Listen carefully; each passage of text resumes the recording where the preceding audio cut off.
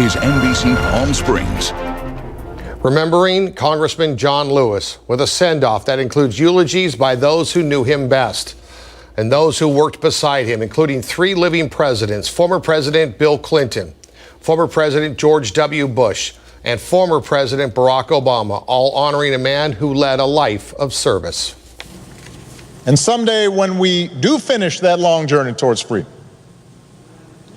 when we do form a more perfect union, whether it's years from now or decades, or even if it takes another 2 centuries, John Lewis will be a founding father of that fuller, fairer, better America. Good afternoon. Thank you for joining us. I'm Gino Lamont. And I'm Sarah Sanchez. The final farewell to an American dreamer of American ideals. That's our top story tonight.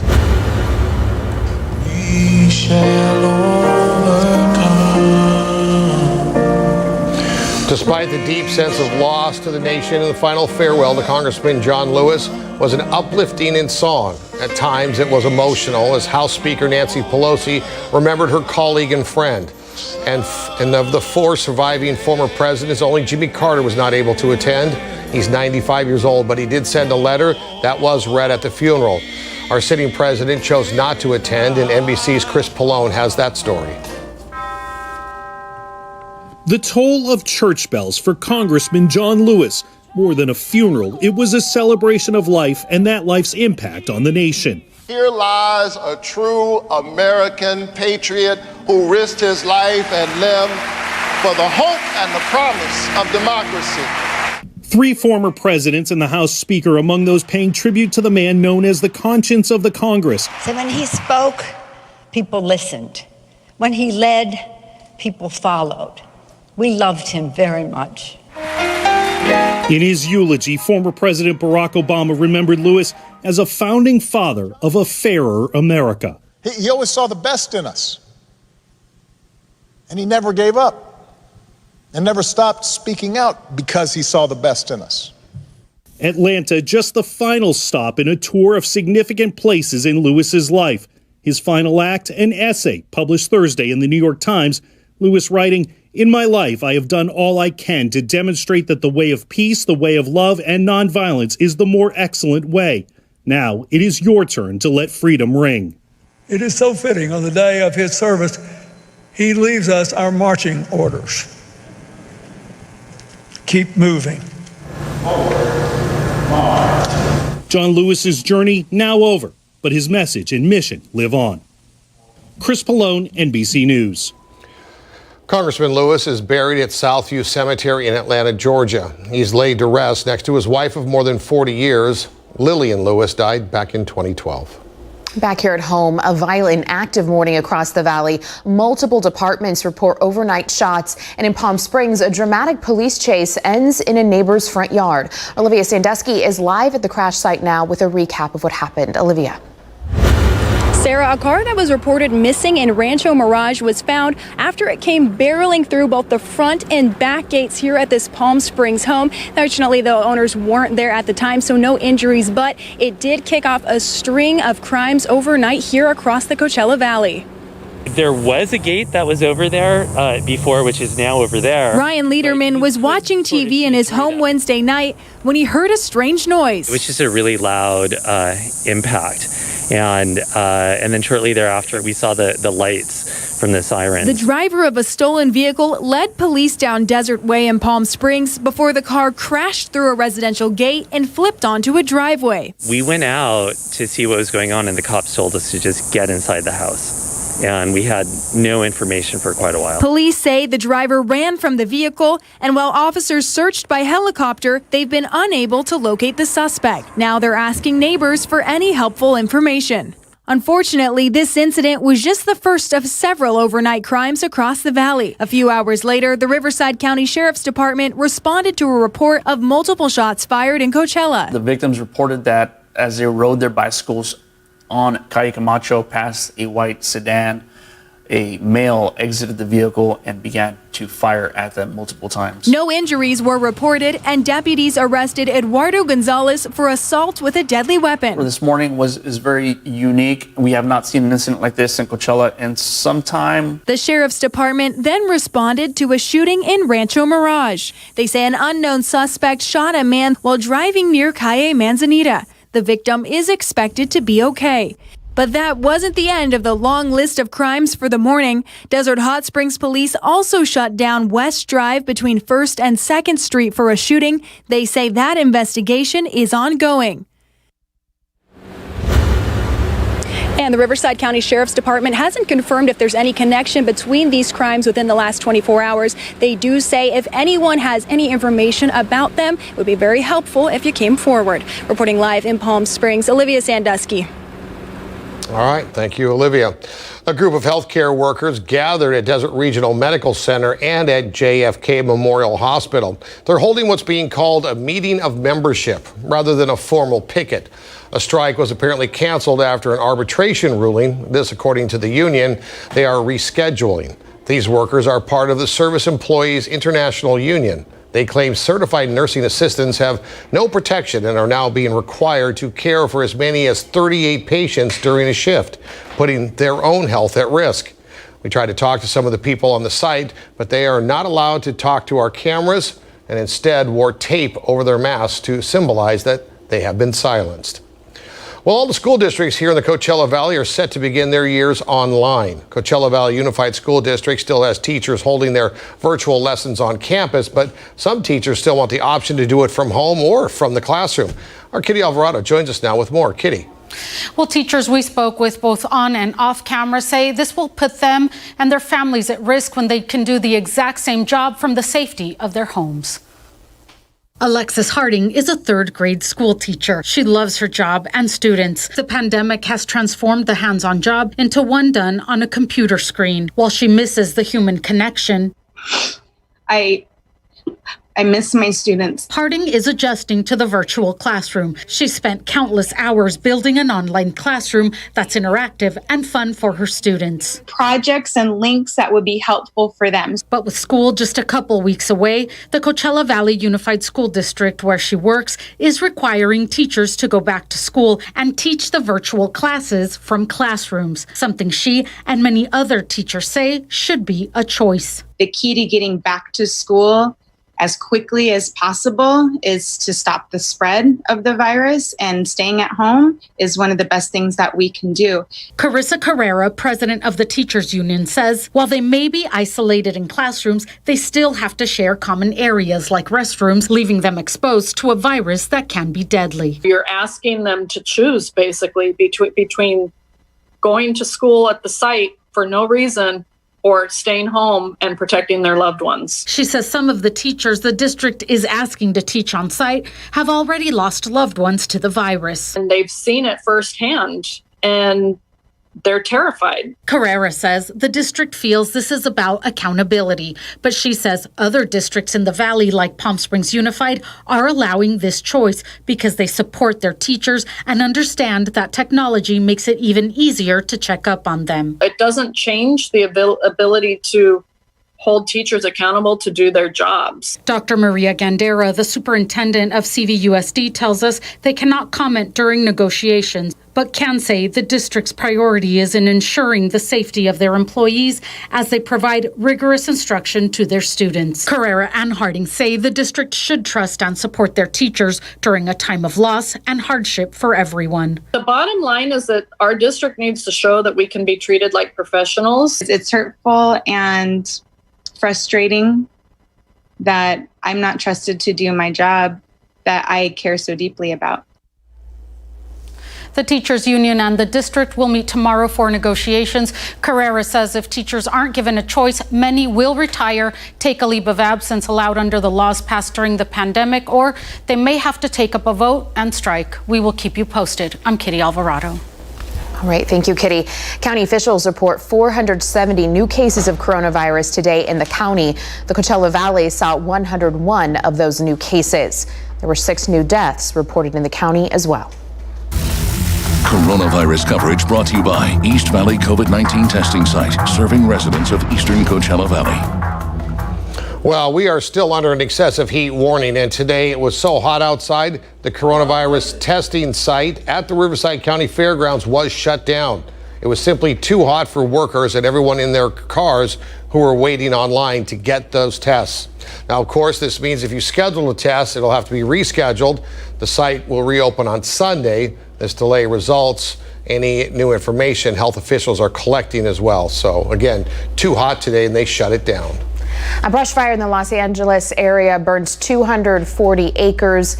Fire officials say it started in a remote area near Azusa. It's called the Dam Fire. 100 firefighters and 2 helicopters are working to contain it. Evacuations have now been ordered for areas north of Morris Dam. A car sparks a brush fire along the 60 freeway between Beaumont and Moreno Valley, the area known as the Badlands. The fire broke out just before 1 this afternoon and quickly grew to about 100 acres. It was called the Rabbit Fire because it's near Jackrabbit Trail. CHP shut down all eastbound lanes on the 60 and 1 westbound lane. Crews appear to have the fire under control at this hour. We're taking a live look now from the Palm Springs tram cam, where it is 74 degrees up above our valley. The view just looks hot up there. I mean, it's just a little bit oppressive. We're going to send things over to Chief Meteorologist Mike Everett for a look at the numbers. Mike, it just felt today. Is that a word? You know, you can use any word, even if you don't have the energy to make a full word today. It's fully understandable. Temperatures in the upper 1 teens today, and a little bit of a fly in the ointment there. We actually had some moisture coming up from the south earlier today. If you look at Futurecast, you can see it, because the high and the flow around a high always goes clockwise, we're pulling up just a little bit, not enough to make us muggy, but what it did today is took dew points way up. There was a reading, there's a buoy that's out in the middle of the Salton Sea. Earlier this morning, temperature was 93. The dew point was 86. Moisture absorbs heat, so what that's doing is actually keeping us from hitting some of those record numbers today. So even though we're well up there, it's not as high as it could be if it was bone dry out there. It's still pretty dry though. You can see that this high is so strong right between Arizona and Utah that it's sending any meaningful moisture either up towards the north or down towards the south there and keeping it well away from the southwest. So that's the result. Currently 117 at Palm Springs International. Light breeze coming in from the west. We'll get a little bit of a switch towards the north and west a little later tonight that'll give us some ventilation and 10% humidity. That's plenty dry out there. It's a hot summer day. Late July.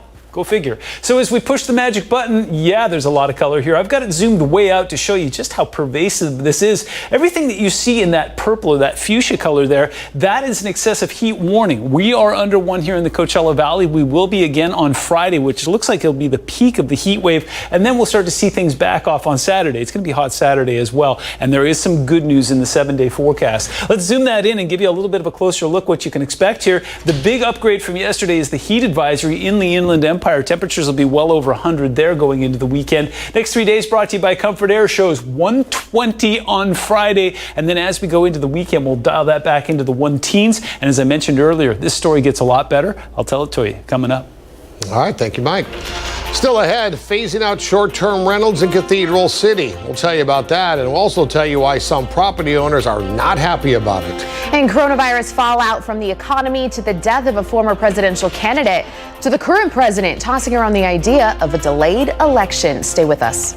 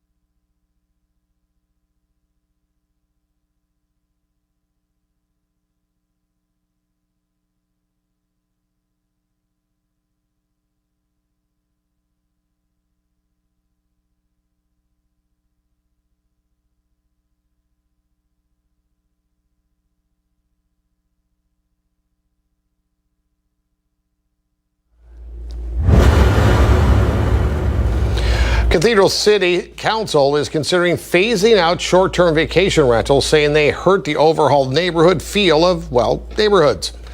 That's great news for homeowners who don't want to live near short-term vacation rentals, but not so great news for owners who rent out their properties.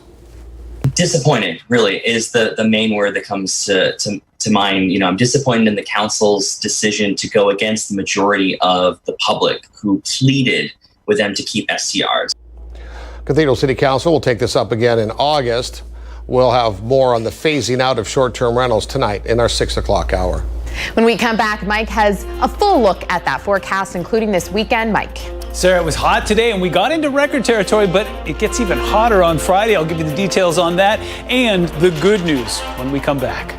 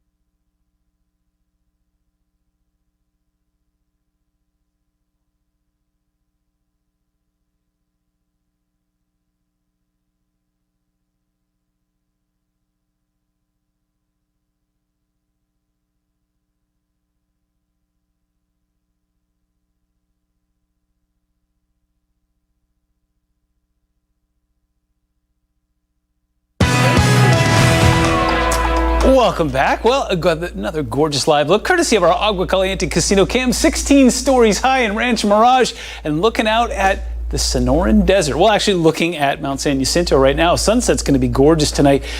It's hot out there. High pressure across the region, creating lots of blue sky out there. You notice right here, though, there is some fair weather cumulus sitting out over top of the San Bernardinos. As I mentioned earlier, the fly in the ointment today for forecast models was that moisture that crept up from the south there and kept us from getting as hot as we could have potentially been today. Still, 117, 118, we're doing plenty well. It'll be even warmer tomorrow. I'll tell you about that in a moment. There is weather out there. It's just not here. Very powerful low pressure system parallel right now with Oregon will push onshore over the next 48 hours in the Pacific Northwest, cool things down. They've been in the 70s and 80s over the last couple of days, even up towards Vancouver and Seattle. That's about to change. Meanwhile, anything that's trying to come off of mainland Mexico is just being pushed straight out into the Pacific. Nothing forming there, even though it's very active.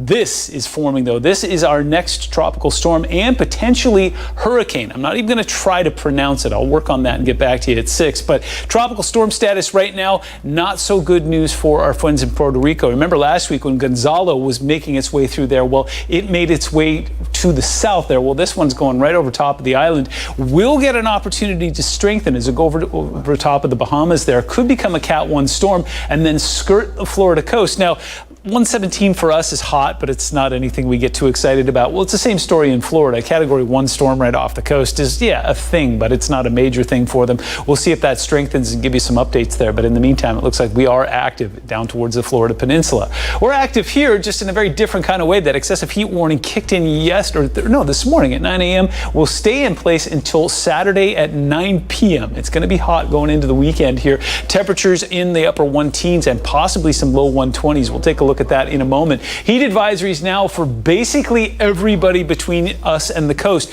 The coast has got its own issues there. We've got some upwelling happening, so the water temperature is cold. They've been having a hard time getting rid of that marine layer fog in the early morning hours, but still, they're cool, and that's the important thing. Otherwise, if you go about 5,000 feet up, so if you go into the mountains this weekend, that should be cool as well. Take a look at dew points. Again, we're doing pretty well here, despite the fact that we saw that 86-degree reading down at the Salton Sea earlier today. Looks like we'll keep things in check, so if you're using an evaporative cooler, you should be doing just fine.